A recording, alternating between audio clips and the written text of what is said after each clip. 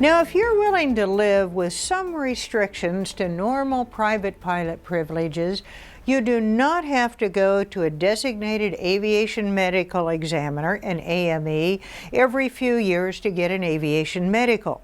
You can do this by operating under a set of rules known as BasicMed. BasicMed allows pilots to fly without holding a current FAA medical certificate. Let's take a look at the conditions that apply.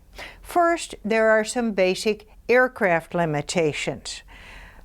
Do you think they want you flying something like this without a current medical certificate? Well, maybe not.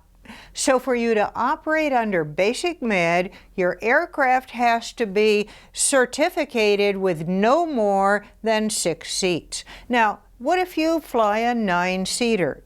Well, you cannot just take 3 seats out of a 9-seat aircraft and qualify to operate under BasicMed.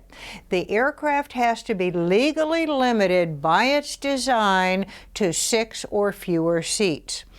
BasicMed also says no more than 6 people in the aircraft, including the pilot.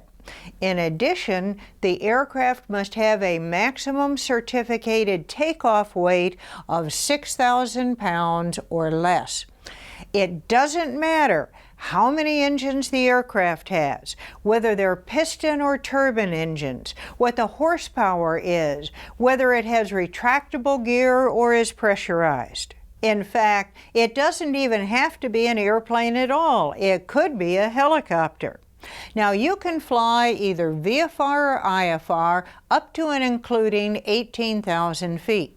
And you can fly at 250 knots indicated airspeed or less.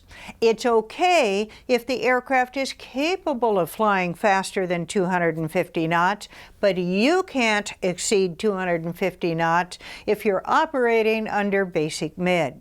A good way to remember this is whenever a number is mentioned, you get to use that number. And the first 3 numbers all start with 6.